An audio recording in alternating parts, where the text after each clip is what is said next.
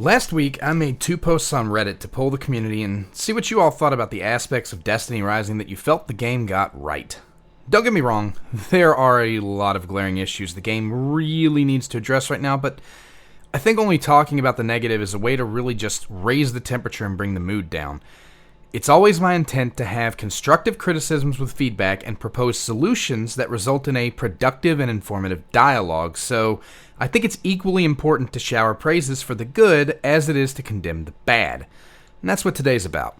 Let's get into it.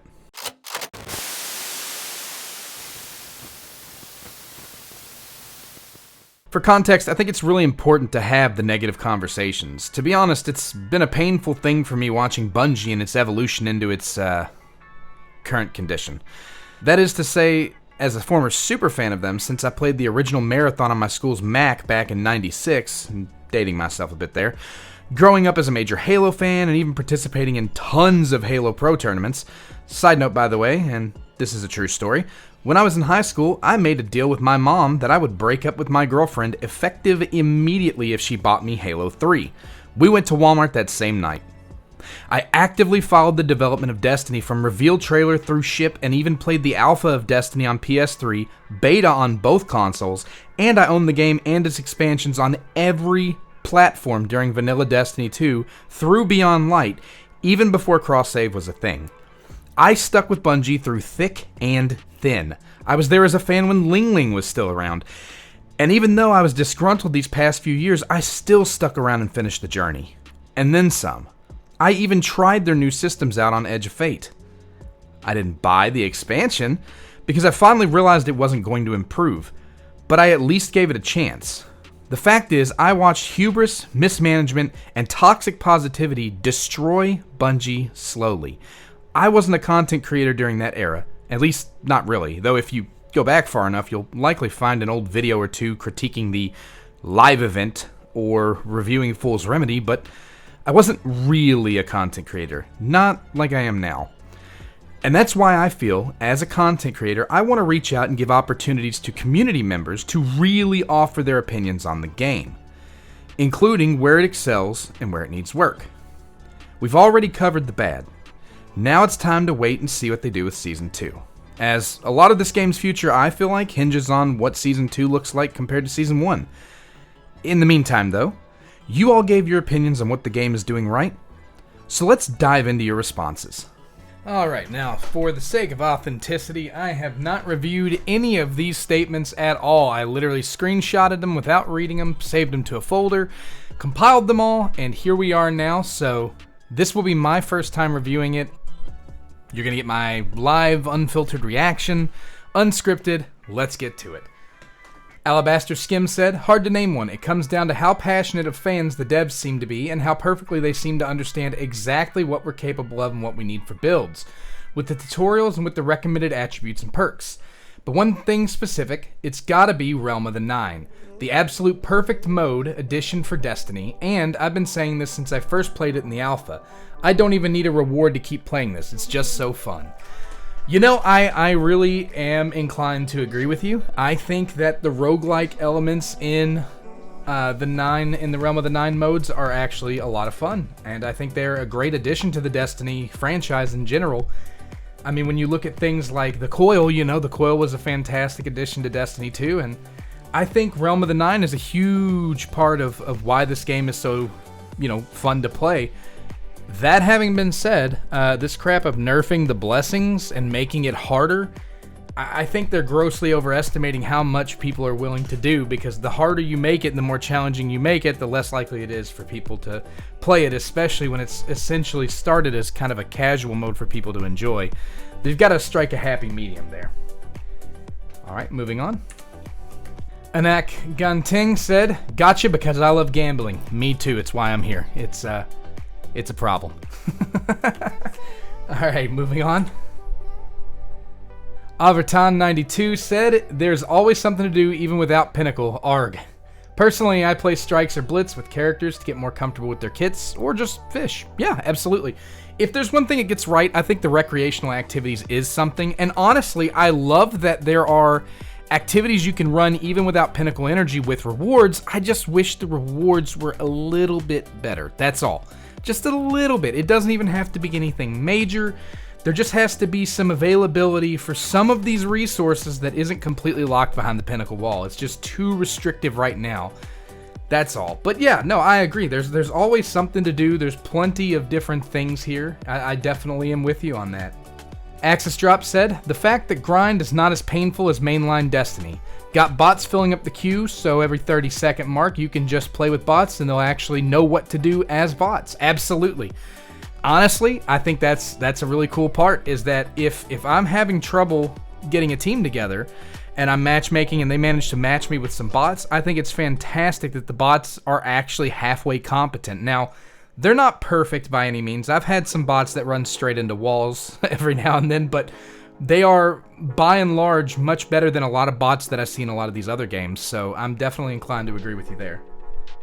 Okay, Chosen Waffle said, Jean Wei's penis. Is that you, Callum? Exodus Failsafe said, clans being useful, being able to play at one... Exodus Failsafe said, clans being useful, being able to play at first and third person whenever I want, and Umiko, mostly Umiko. I am inclined to agree. Umiko is a fantastic character. I love her kit, love her playstyle, I even love her weapon selection. Like, it's all good. She's a great character, and she's a legendary. That's the even crazier part. Like, I'm telling you, Season 1, both halves, the legendary characters have slapped. I hope this is a great, like, staple of things to come, because if they keep cooking with these legendaries that are, nearly as good as these mythics, man, I'm telling you, it's going to be a good time. The clans being useful, yeah, absolutely. I think it was a huge miss in Destiny 2 to have included that feature and then just, like, not do anything with it. I mean, it's a waste. We get passive buffs every now and then. We can do some clan bounties. That's about it, Destiny 2 had a major misstep, especially like because they're kind of an MMO-like game. They really needed to step into that MMO sector, and they just kind of didn't do it. They really dropped the ball. I think that they picked it up pretty well here in Rising. I agree completely. Her in the Steadfast says, probably the Destiny part. I can agree with that too. They nailed the feeling of Destiny perfectly. I mean, the way it plays, the way it looks, the story. I mean, if you want my honest opinion, this is going to ruffle some feathers. It feels more Destiny-like than anything I saw in the Renegades trailer. I'm sorry I said it, but the Renegades trailer, like the weird character with the visor thing, like it doesn't belong. The aesthetic doesn't belong in Destiny. It doesn't look like it's a Star Wars aesthetic. It doesn't look like it's a Destiny aesthetic. I don't know what they were thinking. It's like, it looks more like something like a character design that would belong in something like Marathon. So I'm confused how it ended up in Renegades, but I will say that this, it feels distinctly Destiny. That's the cool thing about Destiny Rising. And I think that's what drew me to it initially, is it feels like Destiny. And I think that might be a disconnect where a lot of people are frustrated by some of the systems that are in place in Rising and some of the restrictions that are in place with Rising, because it feels like Destiny a lot, but it's not, right? So, no, I agree. I think it's awesome that it feels the way it does. I think it's absolutely awesome that it feels very Destiny-like, very true to the series and very true to the staples that made it popular in the first place. Elixir said, the fact that it feeds my Destiny addiction without me actually playing Destiny 2. Yeah, absolutely. Unfortunately, it also feeds your Destiny addiction while draining your wallet if you're anything like me. So, one trade-off for another, I guess. Well, then again, I'm really just spending the money I would have spent on Destiny 2 costumes and cosmetics over here anyways for pulls, so I guess there's really not much of a difference, huh? That's just me, though. Everybody's different. Joe Storm 4 said that it feels like Destiny. Absolutely, we just covered that. I completely agree. Franchise has always had my absolute favorite gunplay in any game I've played, and they capture that feeling extremely well. The main games are slightly smoother, but not by much. I agree. I don't know if you played it, Joe. I don't know if you've played it before, but or if you were involved in it, but I actually played the alpha, and I will tell you now, it has come a long way. A long, long way. In the alpha, the gunplay was okay at best. The reticles were incredibly sticky. You didn't have a lot of adjustment options. Like, you couldn't... It didn't feel smooth at all. Now, was it a Destiny experience? It was still a pretty much Destiny experience. The guns still kind of function a lot the same that they do now, but it wasn't as smooth as it is now. I agree that there's still a little bit of work that needs to be done, but it feels close enough where your average player who doesn't dump 100 hours in probably isn't going to notice too much of a difference. But your dedicated fan who's been really dumping hours into Destiny 2 is clearly going to be able to tell a huge difference between the two. But it still feels good enough to be able to say that it's very much captures the feeling. I completely agree with you. Kai Harazor said, jumping in for an hour and feeling rewarded. It would be nice to grind, but I never feel left behind. Yeah, I could see that. The thing is, I worry about a game being, not that it's casual friendly. I worry about this game kind of, let me give a little backstory. Before I got into gachas too much, I was playing Pokemon Go pretty much religiously. Now, I had taken a break for a couple years from Pokemon Go, and I came back into it not too long before I got into gachas. And I played it, I mean, you're talking, I was doing remote raids, I had everything. I went from having nothing but Gen 1 Pokemon to almost having every Pokedex from every generation filled. Anytime there was a chance to get a Pokemon that I didn't have, I jumped on it. And I played Pokemon Go religiously. I was dumping probably $100, $200 into Pokemon Go every month or two, right? So I went from playing that every single day, and I mean opening the app like 6-7 times a day. Anytime I left the house, anytime I, got bored, anytime I needed to check on my eggs, anytime I needed to do anything on that game, I opened that game. If I was doing something, I opened Pokemon Go and checked it. If there was a new raid out, I opened Pokemon Go, I ran the raids. I did all of that stuff every single day religiously. Until one day, I accidentally forgot to get on and spin my Pokestops and do my daily catches. And then one day turned to 2, and then 2 to 3, 3 to a week to a month, and I haven't opened the game in probably 4 or 5 months now. Just to give a kind of timeline. And that's what worries me about this game, right? Because realistically, if you're a super casual player, you could theoretically open this game once every 3 days and miss nothing. Nothing other than, really not even resources, right? Because you've got some resources that are on a weekly lockout, but for the most part, your pinnacle energy stacks up to 360. If you open the game every 3 days, you're losing nothing.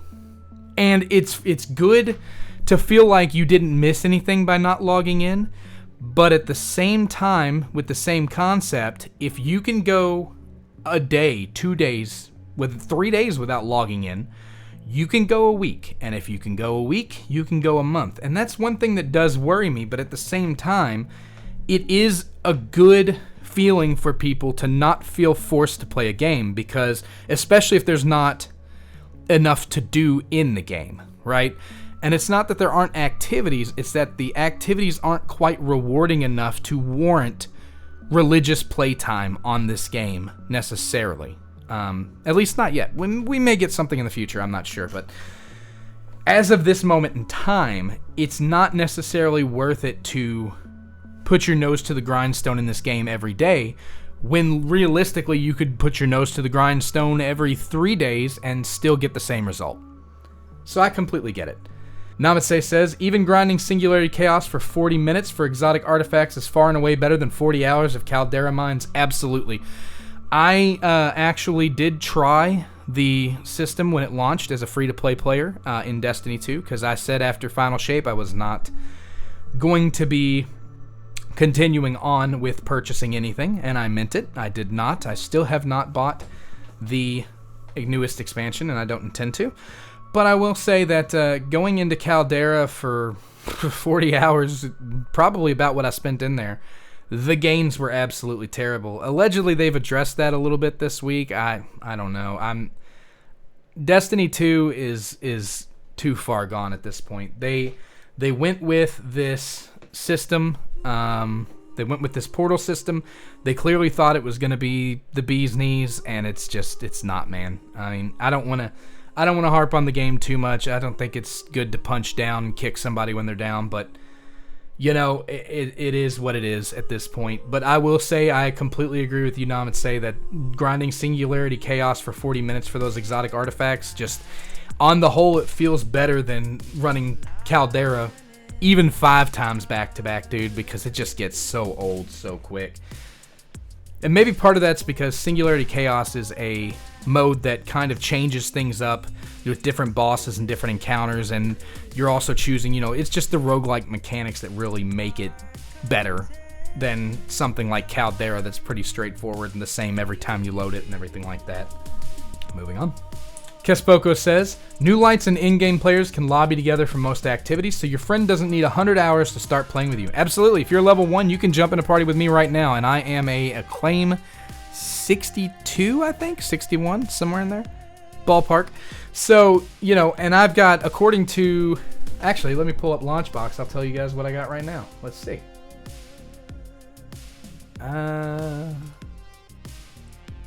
According to Launchbox, I have 68 hours and 42 minutes on this game, and that is only since maybe a week or 2 ago, maybe 3 tops. Yeah, about 68 hours into this game within the last 3 weeks, so yeah, ballpark, But it is nice. It is nice that you can lobby together. It doesn't matter if you're new, doesn't matter if you're old. It gives a lot of opportunities to more experienced players to help lower level players, and that was something that Destiny 2 tried to implement, and I think they were pretty successful in their application when they had the highest light level apply to the entire party for a while there. But it's definitely a situation where I do think that it's done really well here. I do still think they may need to implement some floors for some activities in terms of power level floors, but, The reward levels are actually individually based too, so in theory, if you take your, new light friend through and you go through like a higher end difficulty activity, your rewards aren't getting lowered for their level, and their rewards aren't getting raised for yours. You both get your own reward set based on your current levels, and I think that's a pretty good implementation of the system as well. Man Serial says, can't name just one, so I'll name a few that have been on my mind the past 3 weeks. Load times. Load times are great. It's a smaller game, but still, it does make you question if you'd rather Destiny 2 had smaller, more condensed systems. Is bigger really better if it's empty and takes 3 business days to become fully ready to play? A valid question. I will concur with you. The load times in this game are absolutely amazing. Currencies and activities. I like that fishing can get me materials and currencies I need elsewhere, either directly or through the token exchange. If I need an upgrade material, I might go play Shifting Gates. Yeah, Shifting Gates is a great example of a place that you can get a lot of different materials for... I mean, you got to make a bit of a time investment, right? And it does require Pinnacle Energy, unfortunately, to get the tokens. But if you want a good variety of materials and material availability, it's a good place to go to get kind of a little of everything, right? But that's the thing that I do kind of disagree a little on, because I feel like at present, the items that you need to upgrade, say a character, for example, are just way too spread out, right? So you've got your sheafs that you have to go into Legacy for. If you need fruits, you got to go into Singularity. There are, at any given point, 3 to 5 modes that you have to run completely separate of each other, each requiring Pinnacle Energy to attain these things. 3 to 5 modes that you need to actually get something. Let's say, over in Honkai Star Rail, I want to level up Permancer Terre Dan Hong's traces, right? I can actually go and get the materials I need to run for his traces from a single area. Now, there are other areas I can get it. For example, killing Titankin, or, sometimes you can go into Divergent Universe and the enemies will drop it. You can do an Ember exchange for some materials that you get from pools. That kind of thing. You can do a synthesizer, where you can kind of upgrade your materials one at a time. But for the most part, Calyxes are going to be your kind of area that you're going. And really, Calyxes respond to what your character's alignment is. So in his case, for example, you would want to do the Crimson Calyx, the Bud of Preservation, right? Because it has preservation materials. So you would go there and you could actually get these preservation materials like Divine Amber and Crystal Meteorites and Scattered Stardust, and it also would give you, normal stuff like credits and XP. But you could run these to get these materials. and it's all in one location. Now, let's say I needed to. I mean, there's obviously some other ones. There's some really high-end stuff on the tree that actually requires like what's called an Echo of War item. So for Day Thunder Amnesis, for example, you would have to go into an Echo of War and fight the Glance of Twilight, which is the boss is Sublime. The boss is Sublime Radiant Avatar of the Sky, right? So you could go and do this boss. Basically, they have boss materials, is what I'm getting at. So the higher end traces have boss materials that essentially act in the same manner as clusters do in Destiny Rising. But all the other materials freely farmable with energy, and if you run out of energy, you can actually go and farm those materials from world enemy drops. You can go and farm them from running anything related to Herta, pretty much. Like there's areas to go and get this stuff even after. The only thing you can't get is like the really high end stuff. Like I said, the boss drops, and those boss drops are locked out at a rate of 3 per week. But 3 per week is still more than you're getting right now in Destiny Rising. But it's one area, is my point, basically. If you need to level traces, you go to one area. There's one calyx to actually get those materials. If you need to level your character using level materials, there's a calyx you can run for level materials. All of these things, they have like a singular location that you can go. You don't have to go to 50 locations. There are alternative locations you could go to if you need them or run out of energy and need to try to farm them for free at a lower rate. But you don't have to go searching. Like if I wanted to level a character from 1 all the way up to however high I needed to go, right now I have to run multiple different activities in a single sitting. I can't just go to one activity and get my character leveled, one activity and get my guns leveled, one activity, and it goes on and on, right? All of these things are kind of a thing that I think needs to really be looked at. I can appreciate why they have things the way they do, but I think it's too diversified right now, and that's part of what's making us stretch our energy so thin. If I want to just focus on Dan Heng's traces, I can go to one activity, spend all my energy in that activity, and then use the materials I gain to level his traces exclusively. If I want to do that in Destiny Rising, it's not possible.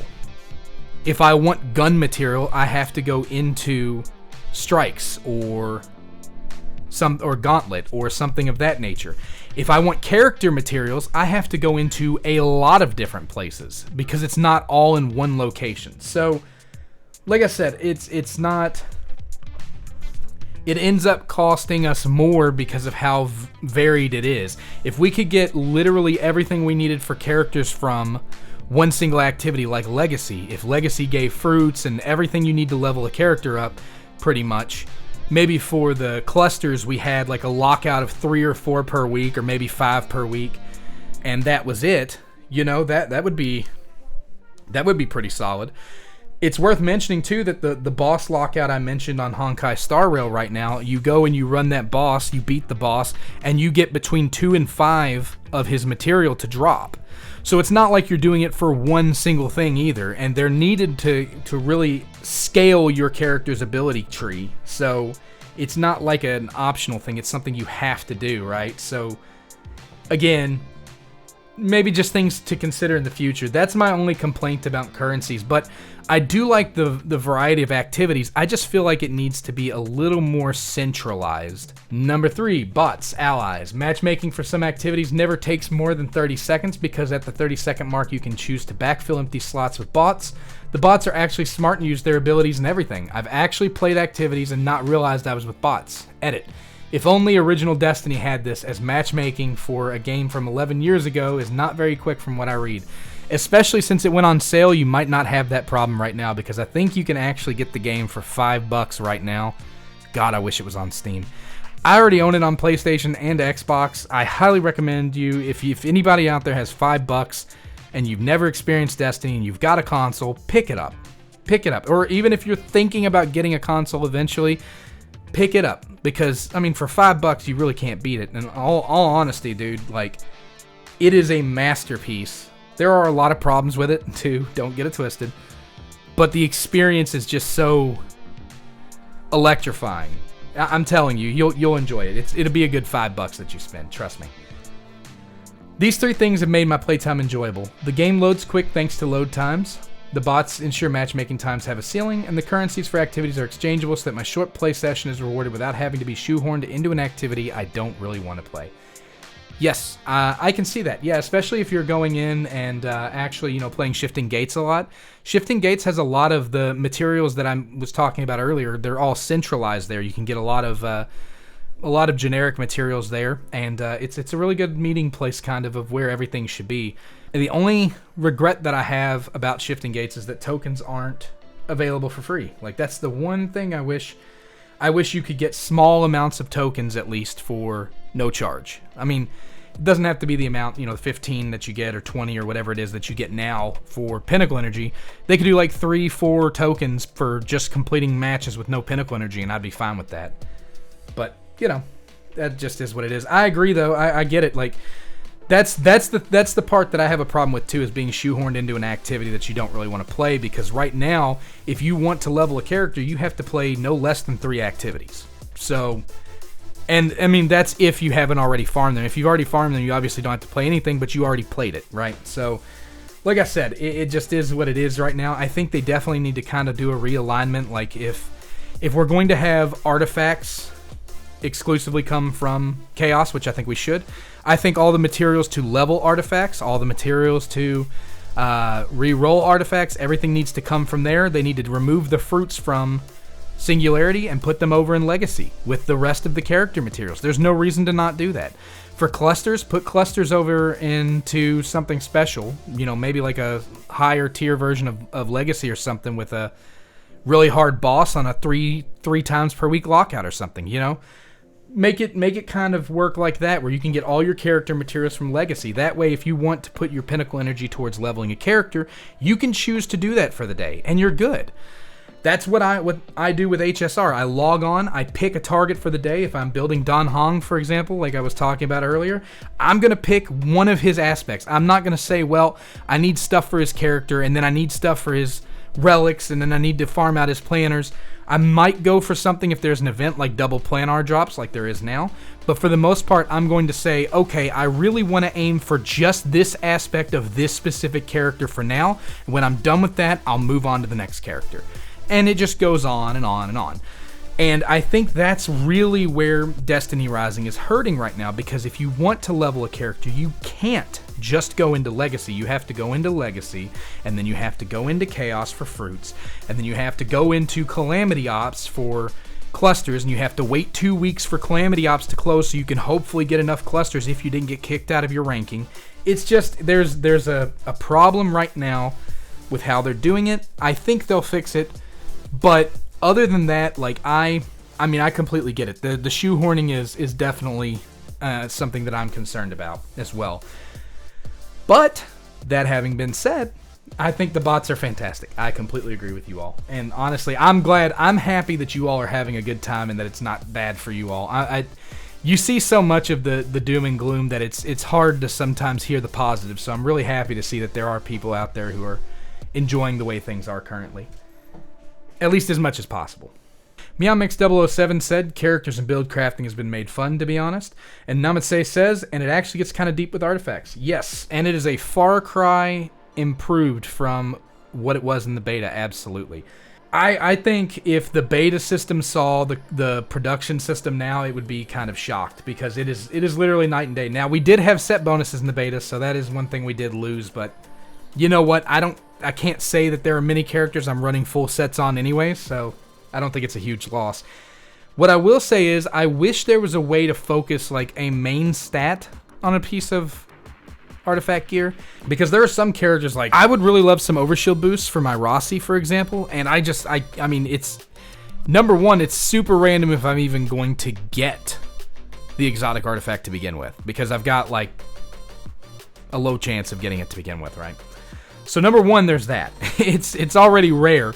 Number two, when it drops, 90% of the time it's not even going to have the stats. Now, granted, it can drop without Pinnacle Energy, and that's kind of the trade-off, I guess, but it would still be really nice if I could just have an item where I could change the main stat, or maybe where I could focus, like the engram, the choice engram.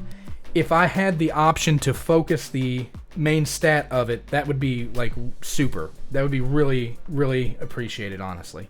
But other than that, I completely agree. I think the build crafting has come a long way from what it was before, and I definitely think that there's a lot more they can do with this system in the future. I do think it needs a little bit more work, but I think it is nice, and I think it was a step in the right direction, especially compared to its beta counterpart. And I think when everything is kind of like up and running and some of these artifacts get better and they really kind of get in the swing of making these artifacts and making them intriguing, I think they're really going to manage to take off with the build crafting. I think the ceiling for build crafting options is going to go up way higher. So I think right now we're still in what's called the early game blues, where they're kind of just feeling around and trying to figure out how they're going to do this. And I think I agree with you all. I think build crafting is going to be a lot of fun when they finally work everything down and figure it all out. Misfit116 said, the amount of loot for doing anything. Give me all of it. Yeah, I would love some more loot, honestly. I think the pinnacle wall is too high right now. I think there are too many items behind the pinnacle wall. They need to remove the pinnacle walls for a good portion of things. And it doesn't have to be a lot, like just some, let it be small amounts grindable. That would be perfectly fine. I'm not saying to make clusters available in every activity, but there has to be a source, at least on a weekly lockout, where you can get a few a week to try to at least give the sense of progression, I don't know. Outside of that, I mean, I will say that having played the alpha and the beta, the amount of loot that you get now for free is, like, for the the free track, the non-Pinnacle Energy track, is miles better. And I mean a lot better. Like, I'll put it this way. This is just an example, but in the beta, we actually had to use Pinnacle Energy to open chests in public events. Yeah. That's how stingy they were. So, yeah, anyways. But, it's gotten a lot better, and I think here, probably around Season 2, I'm hopeful that we'll see another jump in quality adjustment too. So, we'll just have to see how it goes. But yeah, I completely agree. I think the loot right now is pretty solid. It just needs a little bit more love, and then we're going to be right as rain. Navase says, variety of characters and that each has a quest line that unlocks as you play them more. There are some solid narratives. I hope they'll add more in the future that expands on the character stories. There's somewhere that overlap where you even get to interact with Wolf, where he's an NPC, and it's some cool design. Absolutely, I think the character quests are actually really cool. I just don't know about relying on the character quest narratives as 100% of the story beats from now on. I think there has to be an overall seasonal story, and I'm hopeful that maybe the reason Season 1 didn't have that is just because, it's new. We just got off Season 0. Season 0 had the whole campaign, that kind of thing. And it's entirely possible that that's the situation as well. But yeah, no, I like the character quest. I like that you have to play with them. I know a lot of people don't, but my thing is, if it wasn't the only narrative update we were getting every season, there would be a lot of people who probably don't feel as strongly about it as they do right now, right? And I think the fact that, it is the only story narrative we're getting in a season, that right now is what's really putting a lot of weight on it and making it hurt. So realistically, if they release like an overarching story or like an actual narrative expansion, that'll kind of alleviate the pressure on these character quests to be so open. And then people won't seem to really mind so much if they're not playing the character quests until they pull the characters, right? But as it stands right now, with the only story updates coming from being forced to pull the character and then having to play that character in order to level them up and then getting into the story, it just puts a lot of pressure on the actual character stories that they're adding, and that's what's making it difficult for them right now, I think.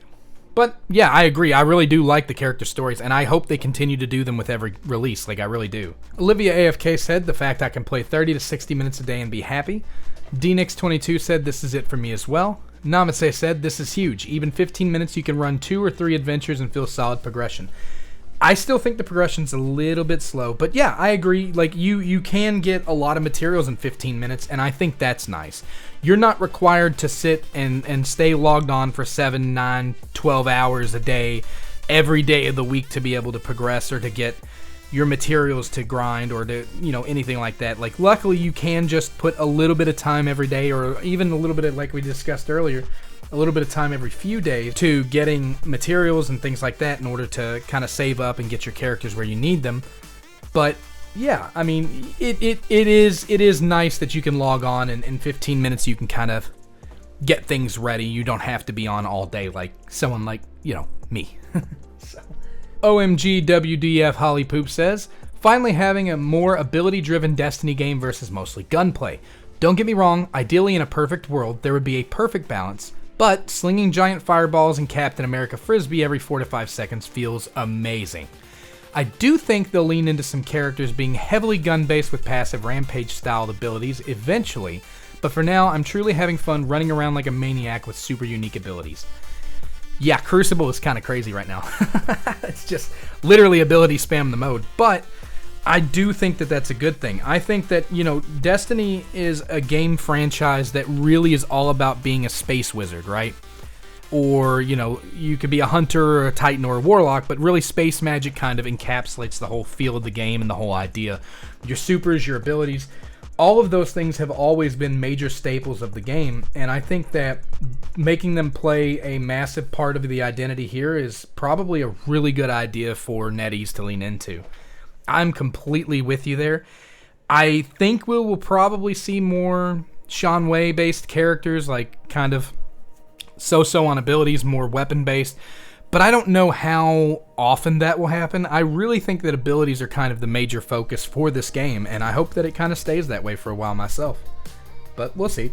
Wavy McG says, it's a mix of both, to be honest. Some characters will focus more on guns and some on abilities. Then there's some that'll have a balance of both. It's pretty refreshing to have Ikora shoot grenades and then Void Orbs seek enemies after. That's a prime example of a mix of both. Then there's Tantu and Umiko, focusing on the gunplay more. Then lastly, there's Gwen and Estella, more ability driven. Yeah, I can agree with that. I can see that. I mean, but, the recharge rates and how quickly you get things and what they do, and there's a lot of aspects to it, I think, that they have to balance in the game, and that's a difficult thing to do when you're on a knife's edge constantly. But I do think that, for the most part, on the whole, we can kind of all agree that even if there is a mix of them, it is mostly driven by abilities. Like, largely, abilities kind of drive the sandbox. Because nobody's going in and not using their abilities. If you're playing this game and you're only sticking to gunplay, you're playing wrong. Your abilities are definitely like a key factor in the gameplay. Everybody uses abilities. Abilities are constantly being used, especially if you're playing the character right. Like with Umiko, I'm constantly dodging. I'm constantly throwing out shuriken just to kind of pepper the enemies, and then I'm pulling out my guns and peppering into them. So I can definitely see your point, Wavy. I think there is a balance of them, but I do think by and large the abilities are kind of what drive the game, especially because they're so intricate to the characters' kits, and the characters are really what you're pulling for. In the end, any gun can go burr, but only certain characters can throw Nova Bombs, right? Just an example. Psychoactive Thick says, bots and load times. There are aspects I don't like. I think we all could agree to that. There are a lot of things that I think still need some work, but even disregarding that, dude, the bots and load times, I think I'm seeing that pop up a lot on these comments, and I completely agree with you. I think that the addition of bots really speeds things up. It doesn't keep me waiting. Like, it's a mobile game. I'm supposed to be able to jump in, jump out super easy. I think they nailed that aspect, and I think the bots kind of help with that a lot.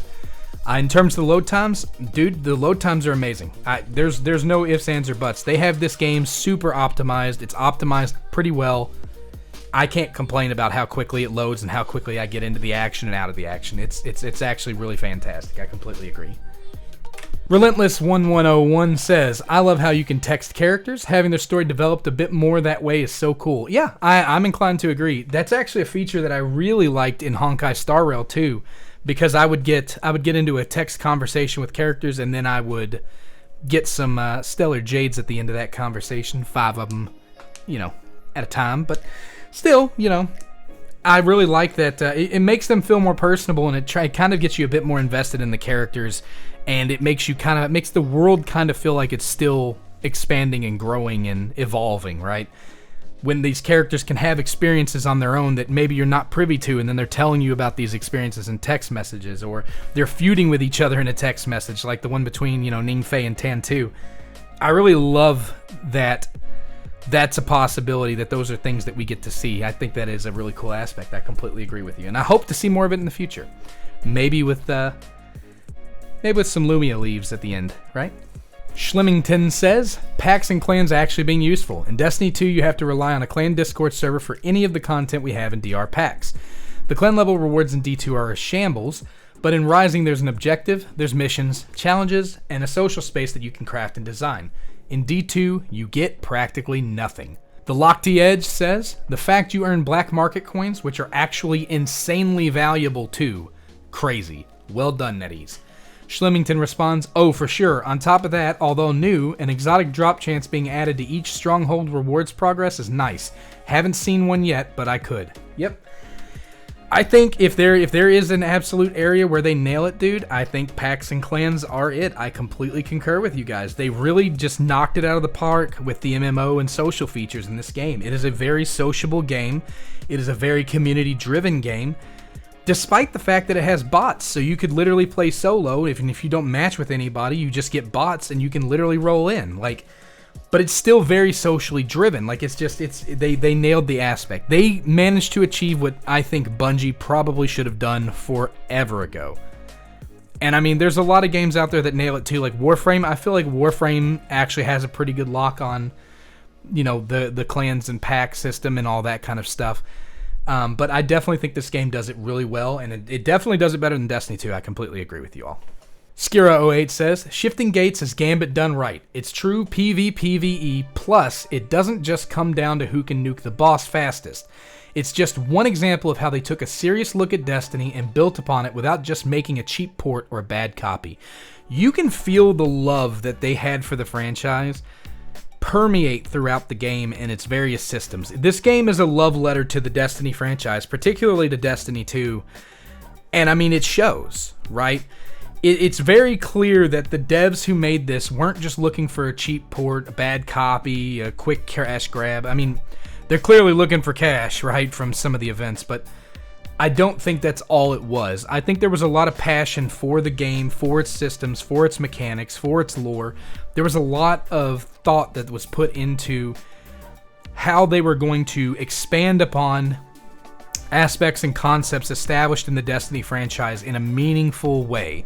And I think Shifting Gates is a fantastic example of that. I definitely concur with you on that. I think Shifting Gates is the true Gambit and has been the true Gambit all along. It's really what Gambit needed to be, and it's unfortunate we didn't get that in Destiny 2 or Destiny 1, but Shifting Gates is a Destiny Rising mode that I think is just definitively Destiny Rising, and it really fits the game and the narrative really well. So, at least we get it there, right? It still plays good, it's still fun to play, it's a good time. It's definitely Gambit done right. I completely agree with you, Skira. Syl said that there's so much to do. Yes, a lot of activities, lots of variety. Definitely a lot to do. Even if it needs a little bit of love, we can't deny that there's still a lot of activities present. I mean, you can go play Shadow Shaper duels, you can go fishing, you can work on your clan housing, you can go and run strikes, you can go and farm exotics, you can go and farm exotic artifacts, you can go and farm artifacts in general. I mean, there's a number of things that you can do in the game at any given point, with or without Pinnacle Energy. There is a large variety. So even if the reward structure needs a little bit of love, there is always something to do for sure. I completely agree. Snoofloop7966 says, the Pinnacle Energy cap for sure. Well, there's that, I guess. I don't know if you're trolling or if you're serious. I'm just gonna have to assume you're sincere. I don't understand how you could think that the Pinnacle Energy cap in its current state is like the best thing, but if you're serious on that, I would definitely be down to hear more about why you think the Pinnacle Energy cap in its current state is a good thing. But hey, I mean, to each their own, just because I think something's bad doesn't mean that you innately will. So if you believe that the Pinnacle Energy cap is good, then there you go, moving on. The Moster says, how quick the gaming sessions can be. A few minutes to spare, gonna drop a quick strike on the toilet, bored waiting for an appointment, gonna run it down a quick raid. Yep, absolutely. I think, and that's part of it being a mobile game, right? Like, that's what its intention is to be quick and easy to pick up and put down.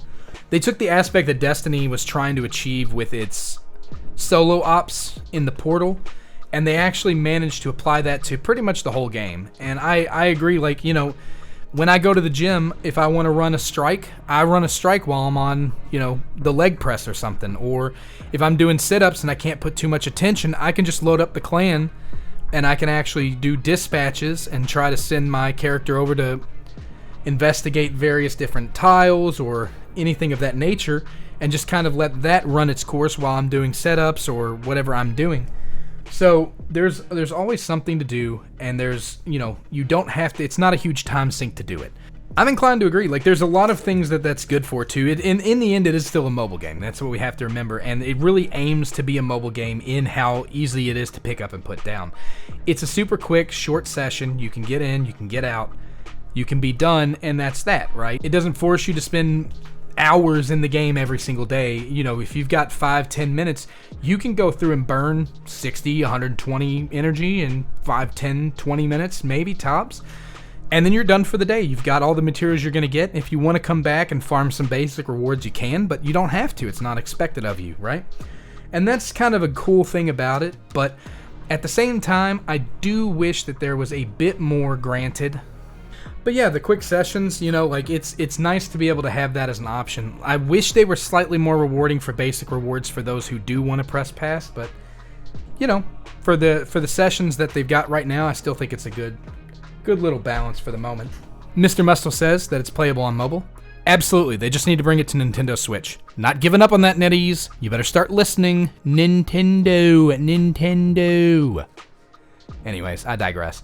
Yeah, I really do like that it's a mobile game. I like that it's very versatile. I can play it on a large variety of devices. If I want to sit down at my PC, I can play it there.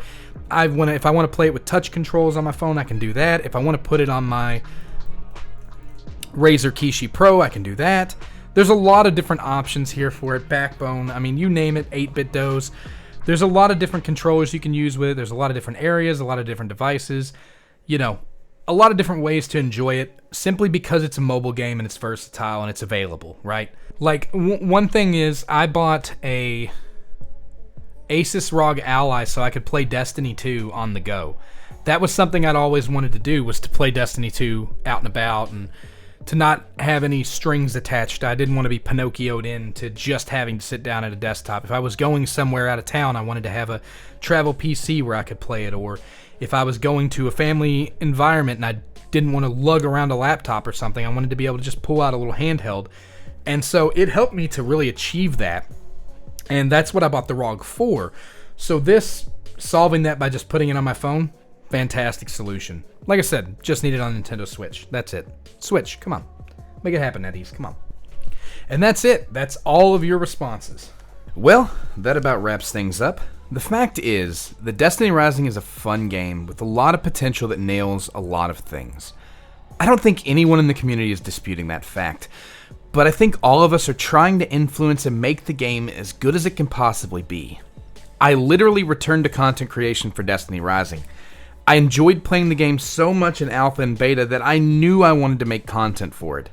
It's not the only game I feel that way about now. I mean, after all, playing Destiny Rising actually got me to open up and play other gachas and games I normally wouldn't have even considered, like Wuthering Waves and Honkai Star Rail. And I can't even contain my excitement for Duet Night Abyss at this point. But that doesn't mean that I love this game any less. I'll be blunt and frank with all of you here, because honestly, if you've made it this far into the video, you deserve that much from me at least. There are a lot of positives to this game, but it's not a game in its current state that has staying power. The way the devs have made the game and seemingly intended it to be played currently makes it feel like a vacation game or a maintenance mode backburner, and not an everyday driver. And a lot of you who actually commented on my Reddit post seem to enjoy that aspect of the game, if I'm being honest. Maybe a lot of the current community sentiment is mixed exactly because of that. There are people, not just content creators, who really want to play this game. Like, a lot. And there are a lot of people who want to whale in this game but won't because of the silver pricing once you've exhausted your bundles. I've seen a lot of people comment and say that they're sticking around for the long haul. I've seen a lot of people leave.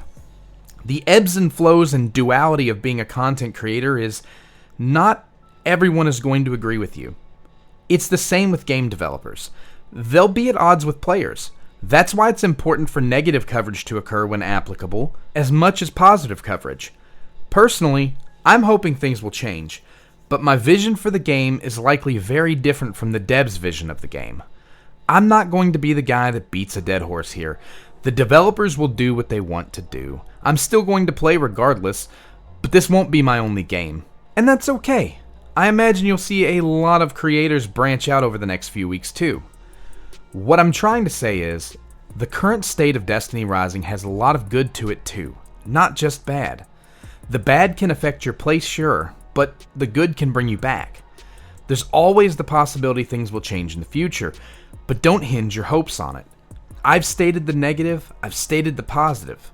I've tried to talk about community sentiment on both aspects as well. I've even offered my own solutions as well as many of yours. This will likely be my last video of this nature for a while. I'm going to do some more character reviews, content guides, things of that nature. We're still in 1.5 and there's a lot of room to grow, so I'm going to wait and see what happens. Hopefully, you all stick around the game with me. Anyways, that's all I have to say for today. Thank you all for watching, thank you all for posting so much. I couldn't have made this video without you. Obviously, you are the focal point of the video, so thank you for engaging with me and everything like that. I really do appreciate it.